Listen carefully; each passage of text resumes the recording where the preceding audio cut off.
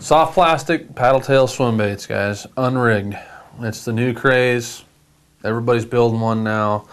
We use the Berkley hollow belly, which is a true hollow bait, and we also use the Castaic giant Jerky J Swim, and baby Jerky J Swim, and they're incredible, guys. Absolutely incredible. So rigging of these, this is a 4-inch, the new Berkley 4-inch. We went out, did real good in a tournament this spring with these, fishing them on a jig head. We've also done real well. This is a 6-inch, the new Berkley 6-inch, and they make a 5-inch. All these methods I'm going to show you will work with either the small ones or the big ones. You just got to change the hook that you're using. So for size sake, I'm going to run this one right here, the 4-inch. Most standard way to rig it that we do is a pre-weighted hook. Now the Berkley ones come with the pre-weighted hook. You can buy, we use the Gamakatsu 3/0 or 5/0 depending on the size of the bait. If you can't, if you buy one that say doesn't have it, the Berkley ones just happen to have it. So this is one of my favorite ways to rig it, is this, because we fish them a lot around weeds. What you'll do here, guys, is take here and you're going to rig it Texas style. But what you're going to do is this. Poke a hole right here. Now, if you want to, you can pull this through. Pull that weight through there. What tends to happen is you tend to tear the bait up. So what you can do is just poke a hole like this, pop it out, take this guy right here. You're going to have to pre-do this. And where that hole was put in, just push your eye up through there, just like so. And then what you do is just come out and tie it on. Now you come in, Texas rigging again, guys. I tell you, there isn't anything you Texas rig a hot dog, I think. Coming out the center, poking it out, and skin hooking it. And there you go. Texas rigged with the weighted, Texas rigged with the weighted hook right there. Now, things that you can do, guys, to increase the bait's longevity. I like to use a snap. And if you go back to the video on the hollow belly that we did in your tackle selection, you'll see me rigging this just like this for the pike.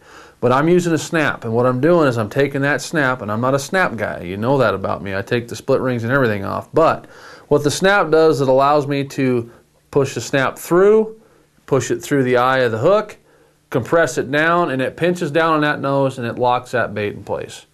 If you don't want to use a snap, remember our good friend, the heavy mono. You can see that hook in there. You folks can't see it, but I can. Once it's all tied up, come in here, feel around, poke it out, trim it, and now that thing is locked on there. It ain't going anywhere. That's getting your money out of your baits, okay? You're getting some life out of them. So you can peg it with the mono, guys. This stuff is awesome for everything. Or you can do the snap. If I'm pike fishing, I do the snap. Bass fishing, you'll see me peg it with the mono. And that peg not coming out of there. It's stuck. Stuck this way, and it's stuck this way. So that's a way to save yourself some money. So this is a straight up Texas rig, guys, with the weighted hook. Now, something else that you can do, and this is something you're going to do in open water. This setup that we're doing Texas style, that's a weed approach. If we're fishing grass, mats, whatever, we're fishing around some brush, rigging it up like this. Now, if you look at that hollow belly video, you'll see us sometimes rigged upside down. The reason why we'd rig this bait upside down is if we're fishing it real shallow because the grass is 6 inches under the surface. We want that tail up because that tail is going to create some wake. It's almost bulging. Okay, so it's almost like a part topwater bait. Plus it keeps it out of the weeds, so it keeps it moving. If you flip it over and you're fishing that shallow grass, this tail's hitting those weeds and it's just not working, guys. So by flipping it upside down, we're fishing it real shallow, fishing it across that grass, keeping that tail working, creating some surface commotion, acting like a little topwater for us. Now, if you're out in open water, and traditionally open water, I don't fish this type of setup right here, but I'm going to show it to you because some people like it. What you do is same hook, we've poked the hole through here like this, come through, tie it off, peg it, blah, blah, blah, do that part. Now, here's what you do. Prefer to use a red treble hook. Didn't have one, just had this. I've got 100 of them in the boat, but the boat's not here right now. Straight up treble hook here. Now, you don't want something huge. You just kind of want to match it to the bait. Just eyeball it up. Okay, red would be great. What you're going to do is just run that on there, just like that. Now, here's the kicker. Black surgical tubing's my friend. I use it for all sorts of things. I'm going to cut a small piece of this right here. And if you remember watching the spinnerbait, putting a trailer hook on a spinnerbait, this is what we did. I cut myself just a half. I don't need the whole hoop. I just need a half section. And what I'm going to do, because this thing here, if it pulls out of the bait and that fish gets to flailing around, it's just going to come right off with it. Now you'll notice when I laid this on here, and I'll show you when we get to it here, just a second. All I'm going to do is just press this surgical tubing, just like we do the spinnerbait hook, up and over like that. Okay. Now what we're going to do, just kind of push it down so it's out of the way. This fell out because we're not tied. We're going to go like this. Push this back up in here. We're pegged, we're tied, we're ready to rock. We find our center point here. We come up through, punch it, keep it in the center. If you don't center it, it's not going to run straight, guys. Like that. Now all I do, and I'm not going to back this up tight, because I want that thing to collapse down when the fish hits it. So I just come down a little bit. And they make this tubing, guys, in a kind of a clear tannish color. But we're just going to leave this hang. When I throw this out and I start to swim it, see how those hooks, for starters, when I laid it on there, see how they're like that? They're not turned so that the hook can't come in and grab the bait. See how that bottom hook is dropped straight? If I was turned the other way around, that hook would be wanting to go up into that bait and be causing it to run off. Sitting like this, those trebles are resting right in between the bait. Now you throw it out. If this is red, that's one more attractor. So you're swimming this along. A lot of times they come up in short strike. They're going to strike at that red. It's just a little backup for you. The only time you're going to want to run that, guys, is in open water. Or if you're keeping it way up out of the weeds, because all this thing is going to do is drag into all that garbage for you. But you can just let that thing hang just like that. Now, on this guy right here, we had a tournament this spring like I was telling you. And these 4 inches came in. Water temperature was cold, and it's the first thing I looked at. I don't know. I just had a feeling. I get gut feelings sometime of what's going to work, and I just go with it. So what I did, remember how we talked about the jerk bait? If you watch the jerk bait stuff, or the tube, putting the tube on the end, I'm old school. Right here. Right here. Take this guy like this, punch it through like this, thread it up on there, shove it up in, and voila. Now the hook's coming out the top, and I love this, guys, for open water. What we were doing in that tournament, the fish were still deep. We were sitting about 18 feet of water. I'd cast it out. I'd count it down, 5 to 10 counts. I had 5 1-to-1 Revo winch, soft tip rod, and I'd just put the handle down, put the rod tip down into the water, and just turn it like this. Slow, painfully slow, guys. And that tail's just barely kicking. And something to keep in mind on a total side thing about these paddle tails, I don't care if it's this brand or somebody else's brand, when you feel that first initial strike, and I've had guys argue with me on this, and I'm not trying to say that I'm right, but I want to tell you that my hookup percentage goes through the roof if I do this. If you throw it out, guys, you're going to feel them bump it. And your first initial reaction is to set the hook. And you want to do this with a limber rod. You want to do this with monofilament. You don't want to use braid. You don't want to use a stiff rod. Cranking rod, something limber, something with some stretch. I like 10 to 12 pound test mono. You'll feel a bump. Then you'll feel another bump. You have to discipline yourself. Just close your eyes and just keep reeling. Because all of a sudden what's going to happen is it's going to get heavy. On that first initial bump, you may set the hook, and maybe 4 or 5 times out of 10 you actually get them. If you wait for that rod to load up after 2 or 3 bumps, and it's usually 2 or 3 bumps, the pike, the largemouth, the smallmouth, they all do this. Crappie, guys. We had crappie eating these this spring, right here, doing the same thing. Just wait for the rod to load up, and you're going to catch a lot more fish with them. But run it on a jig head like that, I love that, guys, right there. That is a great, great way to do it. The final setup, guys, which I believe to be the best, and it's just something that's came out real recent. A lot of people haven't even seen it yet. It was developed by Rick Teets at Blade Runner Tackle, and it is the hollow belly insert. Incredible design, works like a champ. It is the way to fly if you're going to fish them in open water. What we've got here is this contraption that Rick came up with. Now these come in a lot of different sizes, guys, so don't let this is a 1/4 ounce with a 3/0 hook. You got 3/16 with a 1/0 hook. A lot of different sizes of these. But here's what's so cool about these. When you're looking at that, you're going, well, how's that going to go in there? And da-da-da. Very simple. We've got a keeper here. We've got a tie down here. Let me show you how we do this.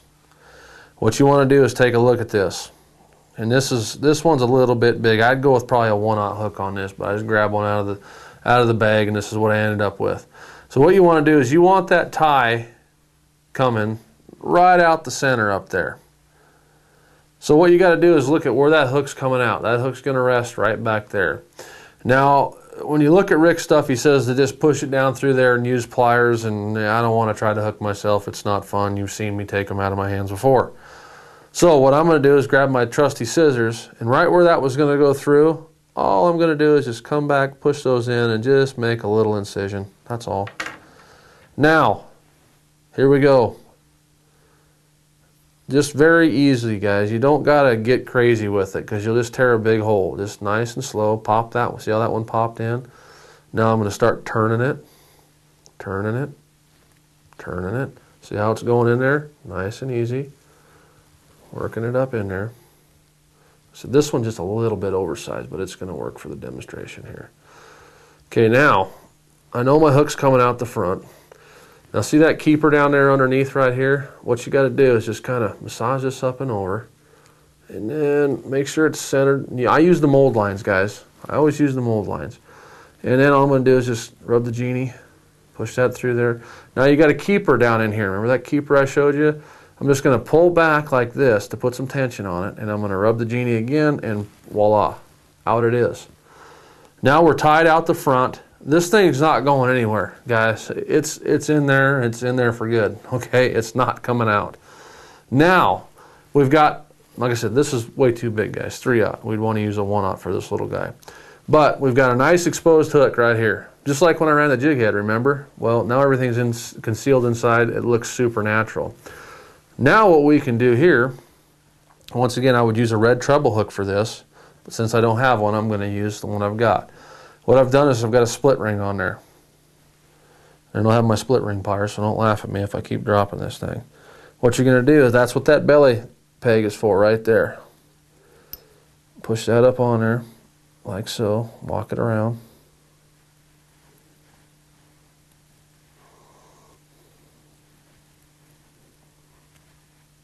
Just like so.